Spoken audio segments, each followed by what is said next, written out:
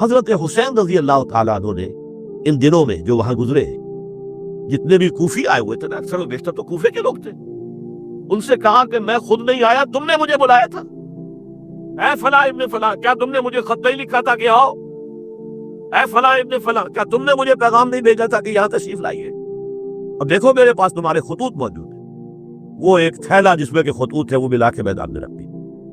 20 جو ہے خاندان بنی ہاشم میں سے شہید ہوئے۔ حضرت حسین رضی اللہ تعالیٰ عنہ کا ایک بہت ہی انفنٹ چھوٹا بچہ وہ بھی شہید ہوا ہے۔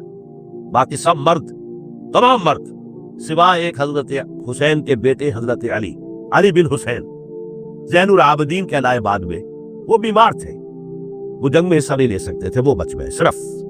یہ ہے 10 محرم الحرام اور سن 61 ہجری میں حضور کے نواسے، اور جن کے بارے میں حضور نے فرمایا سیدہ شباب اہل الجنہ، حضرت حسین شہید کر دیے گئے۔ کوفہ چونکہ حضرت حسین کے پاس پیغام آ رہے تھے کوفے سے، چونکہ کوفے کو حضرت علی نے دارالخلافہ بنا لیا تھا، اور وہاں سمجھا جاتا تھا کہ حضرت علی کے ہمدرد اور حضرت شیعان علی جنہیں ہم کہیں ان کے ساتھی، ہم خیال یہ لوگ ہیں کثرت کے ساتھ، اور وہاں سے اب خطوط کا کاغذ شروع ہو گیا، آپ یہاں آئیے، ہم بےتاب ہیں، آپ کا استقبال کریں گے، آپ کے ہاتھ پر بیعت کریں گے، تاکہ یہ جو کیسر و کسریٰ کی سنت شروع ہو رہی ہے اس کو روکا جا سکے۔ وہ تانتا بدا ہوا ہے خطوط کا، تو حضرت حسین رضی اللہ تعالیٰ عنہ نے فیصلہ کر لیا کہ میں کوفے جاؤں گا۔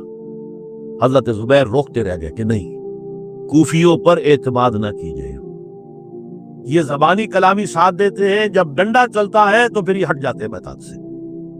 اور حضرت حسین رضی اللہ تعالیٰ عنہ بامروت انسان، شریف النفس انسان، کیسے ممکن تھا غیرت مند غیور انسان وہ کیسے ان کی بات کو رد کر دیتا؟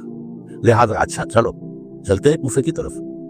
آگے بڑھتے چلے گئے، کربلا میں پہنچ گئے، جو کچھ وہاں ہوا اگر آپ کو معلوم ہے۔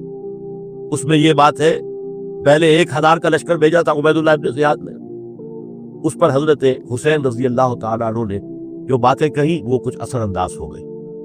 ان کا افسر جو تھا حر بن یزید تمیمی، وہ بعد میں حضرت حسین کا حامی ہو گیا، اور حضرت حسین کے ساتھ ہی اس کو بھی شہادت نصیب۔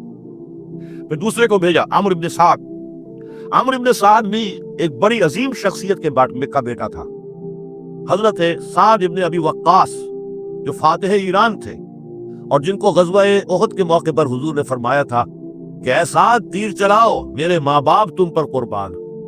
جبکہ احد میں گھیراؤ کر لیا تھا حضور کا، اور کفار قتل کرنے کے لیے ہجوم کر رہے تھے، اور کچھ حضرات تیر چلا کے انہیں پھینک رہے تھے، دور جو ہے ہٹا رہے تھے، ان میں سے حضرت سعد ابن ابی وقاص بھی تھے۔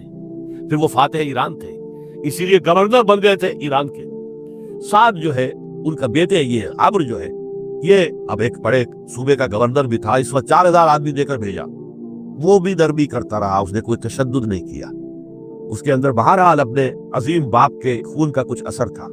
لیکن یہ کہ پھر ابن زیاد کو اطلاع مل گئی کہ عمرو ابن سعد جو ہے وہ تو لیت و لال کر رہا ہے، حملہ نہیں کر رہا، قتل نہیں کر رہا، بلکہ یہ کہ وہ تو اس راستہ بھی دینے کے لیے تیار ہے کہ نہ مدینے کی طرف جائیے اور نہ آپ مکے کی طرف جائیے، نہ کوفے کی طرف جائیے، بلکہ آپ چاہے تو دمشق چلے جائیں، یزید سے اپنا معاملہ کر لیں۔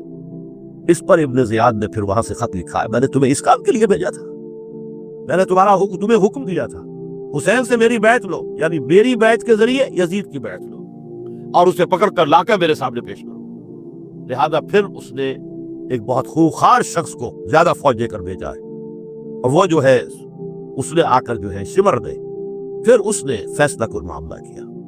حضرت حسین رضی اللہ تعالیٰ عنہ نے ان دنوں میں جو وہاں گزرے جتنے بھی کوفی آئے ہوئے تھے نا، اکثر و بیشتر تو کوفے کے لوگ تھے، ان سے کہا کہ میں خود نہیں آیا، تم نے مجھے بلایا تھا، اے فلاں ابن فلاں کیا تم نے مجھے خط نہیں لکھا تھا کہ آؤ، اے فلاں ابن فلاں کیا تم نے مجھے پیغام نہیں بھیجا تھا کہ یہاں تشریف لائیے، اور دیکھو میرے پاس تمہارے خطوط موجود ہیں۔ وہ ایک تھیلا جس میں کہ خطوط ہے وہ ملا کے میدان میں رکھ دیا۔ یہ حضرت حسین رضی اللہ تعالیٰ عنہ کی شرافت اور اپنی صاف دلی، کوئی اس کے اندر عیاری نہیں تھی ان کے اندر، معاذ اللہ ثم معاذ اللہ، لیکن یہ کہ اس کا نتیجہ اچھا نہیں نکلا۔ نتیجہ کیا نکلا؟ اب انہیں پتا چل گیا کوفیوں کو، اگر اب حسین زندہ دمشق پہنچ گئے یزید کے پاس تو یہ ہم سب کا معنی پھوڑ دیں گے، ہماری شامت آ جائے گی، لہذا اب تو کسی صورت انہیں زندہ نہیں رہنے دینا۔ ایک بڑا اہم واقعہ نوٹ کر لیجیے اس کو، اس لیے کہ حضرت حسین نے ایک ایک کا نام لے کر اے فلاں ابن فلاں، اے فلاں ابن فلاں، اے فلاں ابن فلاں، کیا تم نے خط نہیں لکھا تھا؟ کیا تمہارا پیغام نہیں تھا؟ اب انہوں نے دیکھا کہ یہ بہانا اگر یزید کے ہاں جا کر پھوڑ دیا گیا تو پھر ہماری خیر نہیں ہوگی۔ یہی وجہ ہے حضرت حسین کو شہید کرنے کے بعد، یہ نوٹ کر لیجئے، 72 آدمی تھے کل، جس کو کہہ لیں لشکر حضرت حسین کا رضی اللہ تعالیٰ عنہ۔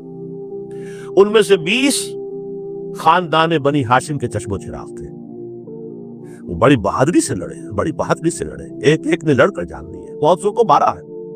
یقاتلون فی سبیل اللہ فیقتلون ویقتلون، قتل کر بھی رہے تھے، قتل ہو بھی رہے تھے، ایک ایک کر کے قتل ہو رہے تھے، شہید ہو رہے تھے۔ 20 جو ہے خاندان بنی ہاشم میں سے شہید ہوئے۔ حضرت حسین رضی اللہ تعالیٰ عنہ کا ایک بہت ہی انفنٹ چھوٹا بچہ وہ بھی شہید ہوا ہے۔ باقی سب مرد، تمام مرد، سوائے ایک حضرت حسین کے بیٹے حضرت علی بن حسین زین العابدین کہلائے بعد میں، وہ بیمار تھے، وہ جنگ میں حصہ نہیں لے سکتے تھے، وہ بچ گئے صرف۔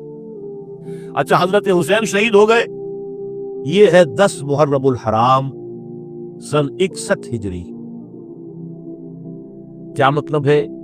حضور کے انتقال کے ٹھیک 50 برس بعد، سن 11 ہجری میں حضور کا انتقال، اور سن 61 ہجری میں حضور کے نواسے، اور جن کے بارے میں حضور نے فرمایا سیدہ شباب اہل الجنہ، حضرت حسین شہید کر دیے گئے۔